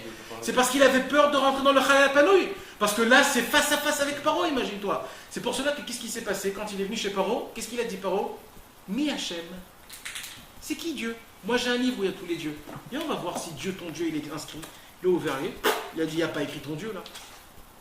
Mais ça veut dire quoi ce livre? Tu crois que c'est un bête là? On parle d'un nul? On parle de Paro. Paro c'était le pharaon. C'était le serpent. Tout l'Égypte, c'était le serpent. Le monde en entier avait peur de Paro. Quand il dit que dans son livre, il n'y a pas le nom de Dieu, c'est que Béhémet, il ne faisait pas partie des noms de Dieu, parce que lui, il savait toutes les catégories. Donc là, Moshe Rabbeinu, il fallait que... Il n'est pas venu avec lui en lui prouvant que Dieu existe. Il a dit, Dieu, ne t'inquiète pas. Moi, je te dis que Dieu est venu, et il veut faire sortir son peuple. Il n'est pas rentrant pour parler avec lui. Il a fait exactement cette Torah. Parce que s'il rentrait pour parler avec lui... Pourtant, il a grandi avec lui. Ouais, mais mieux après il s'est sauvé. 40 ans, c'était le roi de la chaux, etc. Et il avait le Lachon Kodesh en plus que lui. Nafron. Donc, Nafron. Mais on dit que quand Yosef il était ministre du roi, il a appris beaucoup de choses aux Égyptiens, malheureusement. C'était ça leur force aux Égyptiens. C'est que toute leur force, ils ont puisé de Yosef. Yosef leur a donné une force qui était exceptionnelle. C'est pour ça qu'ils avaient aussi la force de tenir le peuple juif. Parce qu'imagine-toi, le peuple juif, comment ils sont attrapés par des Égyptiens pourris, des Arabes? Mais où on a vu des choses comme ça? Et bien sûr. Mais en plus, il y a écrit qu'il n'y avait même pas de barrière en Égypte. Il n'y avait pas de barrière. Il n'y avait pas de barrière. Prison On mentale. pouvait partir. Ouais. Pas de barrière. Prison mentale. Prison mentale. Malheureusement, ils avaient une force. C'était pas Stam. On parle pas là des gens saints. Les États-Unis non plus. Même Paris. Mais Bekitso, ce que je voudrais vous dire, c'est ça que Rabbi Nathan nous explique. Il nous explique en vérité, Moshe Rabbeinu a tenu tête parce qu'il a eu peur de rentrer dans le Chalal HaPanouï. Jusqu'à que, qu'est-ce qu'il lui a dit à Kadosh Baruch Hu? Il lui a dit, j'irai avec toi. Il lui a dit quoi? Il lui a dit, prends le bâton, jette-le par terre, ça devient du serpent. C'était quoi le symbole de l'Égypte? C'était le serpent. Il lui a dit, tu vas combattre comme eux ils combattent, tu vas leur combattre pareil. Ne fais pas montrer que tu es plus grand. C'est ça plus qu'il a fort. dit David aussi. David il a dit justement, comme il bégayait, il ne pouvait pas répondre. Donc il n'y a pas de réponse. Donc, attendez. C'est ça. Depuis, c'est ça la force qu'il dit Rabbi Nathan. Tu vas rentrer Depuis dans que la Dieu lui a tu dit, n'auras pas de réponse. tu bégayeras. Pourquoi? Parce que Moshe Rabbeinu, son travail, c'était de faire montrer au monde. Parce que, imagine-toi, imaginez-vous, mais c'est une mitzvah de s'imaginer. Tu t'imagines, le sauveur du monde, c'est quelqu'un qui bégaye. Tu vois ton Moshe Rabbeinu bégayer? Moshe Rabbeinu, il bégayait. Tu le vois toi bégayer, Moshe Rabbeinu? Moi, je ne le vois pas du tout bégayer. J'imagine Moshe Rabbeinu, il dit, sortez d'Égypte en bégayant. Mais ça marche pas. Ça marche pas. Mais c'est ça la grandeur en fait. C'est que Moshe Rabbeinu, il venait d'un monde. C'est-à-dire pas qu'il bégayait comme on le croit. Il bégayait là où il fallait bégayer. Ça veut dire qu'il venait d'un monde de shtok. Oui, quand il prophétisait, il ne bégayait pas du tout. Pas du tout. Ouais. Il venait d'un monde de shtok. Et de là, et ça explique aussi dans les contes de Rabbi Nachman, le deuxième mendiant, le troisième, celui qu'il avait, comment on dit? Qui bégayait. Le bègue. Et qu'est-ce qu'il dit là-bas? Il dit en vérité, je bégaye pas. Mais pour le monde, Je suis très éloquent. bien sûr, et j'ai une belle voix, et je peux chanter et danser. Il a dit, mais pour le monde, c'est ça qu'il dit Rabbi Nachman. Il dit Rabbi Nachman, quand Moshe Rabbeinu a vu la mort de Rabbi Akiva, il a dit, c'est ça. Akadosh Baruch Hu dit, oh, rappelle-toi ce que je t'avais appris. Shtok, Kachala Bemarshava, tais-toi. Cette question vient du monde de là-bas, rappelle-toi. Et là, depuis, c'est terminé. Et là, c'est ça qu'il a compris. C'est ça, en fait, de là, Rabbi Nachman, il a tout inclus. Parce que cette note Torah, nous, elle parle de quoi? De Boel Paro, vous vous rappelez? Boel Paro. On avait posé la question, où il est le lien avec Paro? C'est-à-dire que Rabbi Nachman, il est allé chercher la Neshama de Moshe alors. Bien sûr, c'est comme ça. Alors, Aïnou, Shata Tsarich Lishtok. C'est-à-dire qu'Akadosh Baruch Hu lui a appris que la réponse à ça, c'est de se taire. Velibli lishol tshuva veterutz al kushiazu, de ne pas rentrer à chercher des réponses. Pourquoi Rabbi Akiva est mort d'une mort atroce? Parce que ça vient de la pensée. La pensée, c'est avant la parole. C'est-à-dire, quand Akadosh Baruch Hu a créé le monde, dans le vide c'est la pensée. Là-bas, il n'y a pas de parole, il n'y a rien, tu ne peux rien créer. Dans le Chalal HaPanouï, il n'y a pas de lettres, il n'y a pas de création. Donc là-bas, il n'y a aucune réponse. C'est pour cela que tu dois te taire sur des questions comme ça. Car cette chose-là, c'est que dans la pensée, il n'y a pas de parole. Chez En Sham Dibour, il n'y a aucune parole qui peut répondre à ces questions-là. Ou Kmoken, dit Rabbi Nachman, je fais un lien maintenant avec tout ce qu'on a étudié. Et l'ou akushiot va mevuchot shebaim mechalal panouï, toutes sortes de questions et de problèmes qui te montent dans ta tête, qui veut te faire bouger ce que nos sages nous ont appris. Comme quoi tout c'est Akadosh Baruch Hu, comme quoi tout c'est la Torah, comme quoi tout c'est les tzadikim, comme quoi on n'est pas obligé de s'appuyer dans toute la matérialité qu'il y a dans ce monde-ci. Chez En Sham, l'autre dibour, velo sechel canal. Là, il rajoute Rabbi Nachman le sechel. C'est-à-dire, il n'y a pas de parole et il n'y a pas d'intelligence. Dans le vide, il n'existe pas d'intelligence. Là-bas, c'est pas si tu es intelligent, tu peux lui répondre une réponse. Ne sois pas malin. Il n'y a aucune parole, il n'y a rien. Il y a le vide, il y a le silence. Alken et Miprinat Shtika, Vetzari, racler à un mille velishtok. Il faut juste s'attraper à la Emouna et se taire. C'est tout. Et quand un juif il nous pose des questions, un juif qui est plein safek et tout. Il faut lui dire très simplement, il faut lui dire écoute mon ami, les juifs pendant 6000 ans, la base, que grâce à ça ils sont restés et que tous les autres religions, il ne reste plus rien d'eux, Parce qu'ils ont cru. c'est parce qu'ils ont cru. La Emouna, c'est ça qui nous soutient, c'est ça qu'on est basé dessus, c'est ça le tout. Sans la Emouna, il n'y a rien. Et il n'y a que ça qu'il faut lui expliquer. Il faut lui dire qu'une réponse endommage une autre question. Et c'est ce qu'on avait dit. On avait dit il y a 3 choses.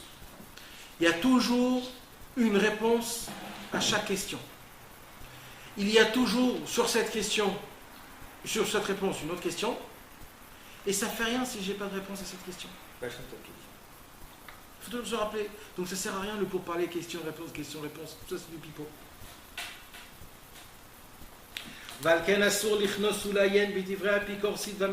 C'est pour cela c'est très interdit, dit Rabbi Nachman, de ne pas rentrer et surtout de ne pas approfondir dans des paroles de Epicorsut, c'est-à-dire dans des paroles athées.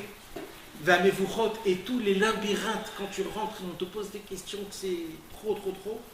Qui im tzadik shu bechinat Moshe, que si c'est un tzadik du niveau de Moshe, qui Moshe ou bechinat shtika, comme Moshe Rabbeinu c'était le bégay, lui il vivait le monde de la shtika, alors lui il sait se taire. Et son silence à lui, c'est la réponse à toutes les questions. Rabbi Nachman, quand il parlait avec ces 3 personnes-là, bien sûr, tu crois qu'il rentrait avec eux, oui et non, et oui et non. Rabbi Nachman en les regardant, en se taisant, comme s'il les éduquait. Non, mais il posait des questions du Khalal Apanouï ou c'était des questions de. Ah non, de Khalal Apanouï, ça. De marcher votre. Non. et Rizoniot. Non. C'était surtout du Khalal Apanouï.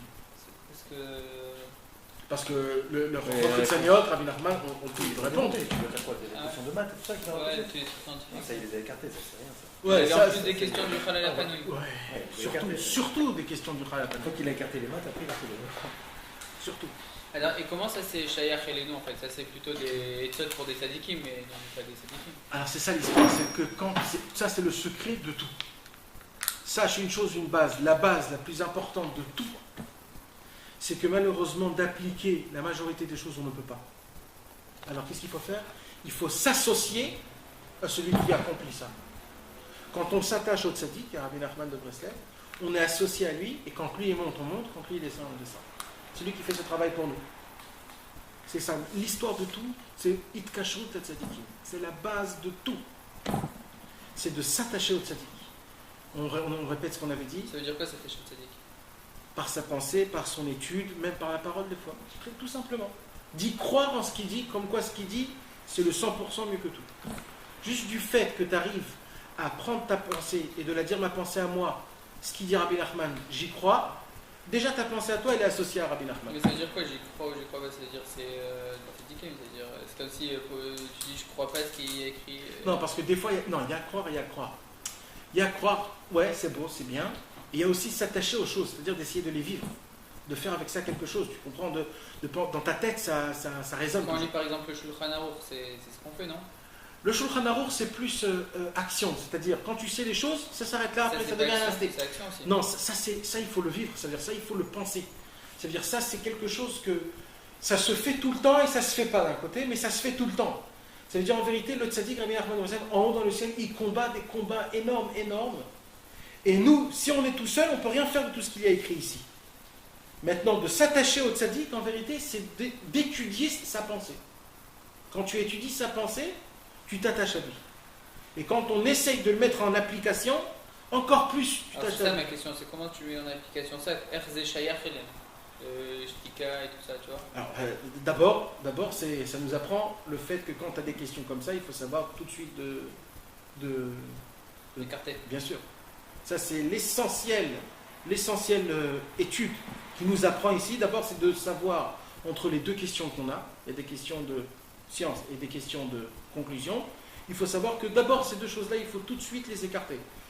Des fois, il y a aussi, il nous dit Rabbi Nachman, de ne pas rentrer dans les questions philosophiques, de lire des livres philosophiques. Malheureusement, il y a aussi des tzadikim qui ont écrit des choses philosophiques, surtout dans des explications sur le Tanakh.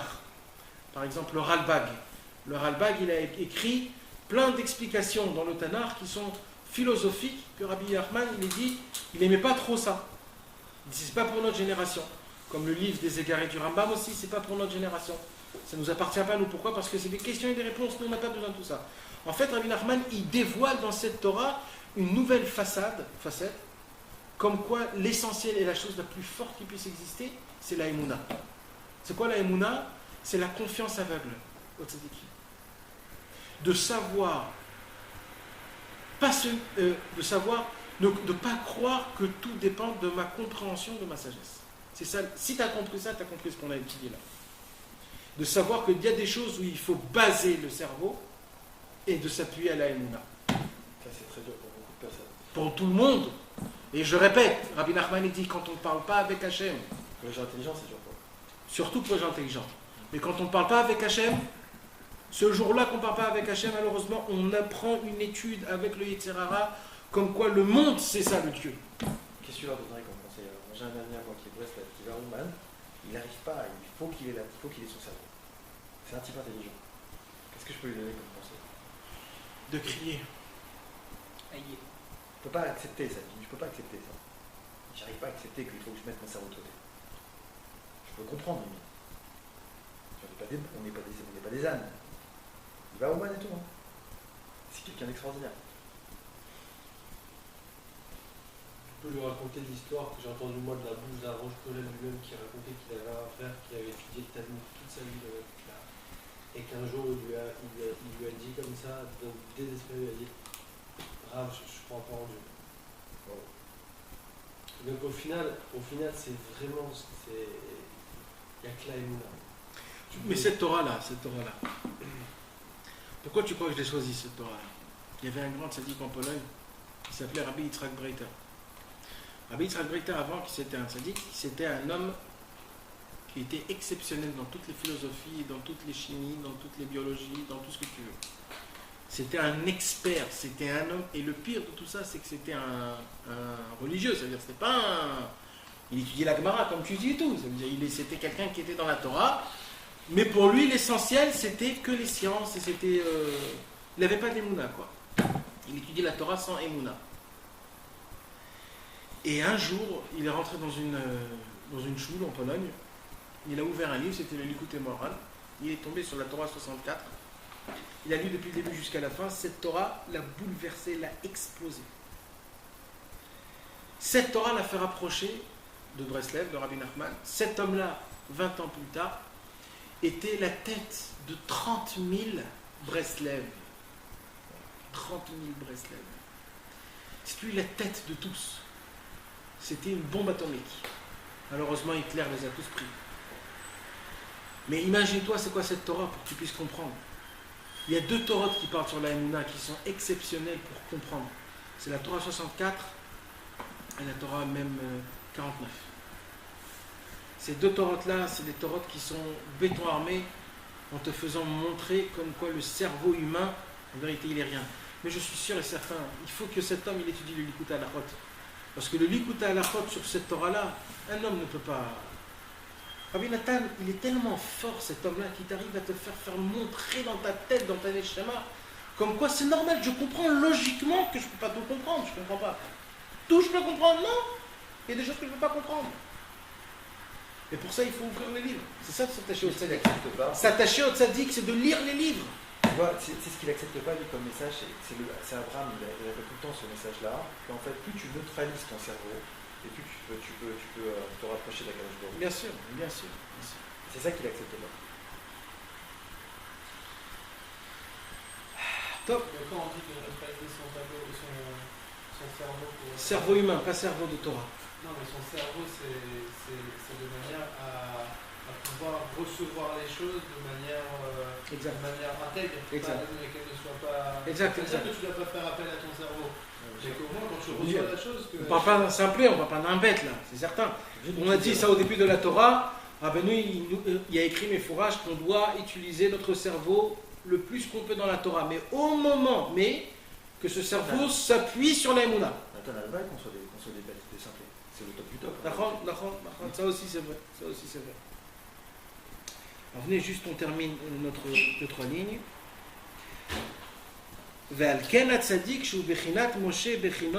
C'est pour cela que le tzaddik qui est du niveau de Moshe, du niveau du silence, c'est pour ça que lui, il a la possibilité de rentrer dans ce vide, dans le Chal Apanoui, pour amener des gens. Pourquoi? Parce que lui, il bégaye. C'est un tzaddik qui connaît déjà le silence. Donc il n'a pas besoin de donner des réponses aux gens qui lui posent des questions comme ça.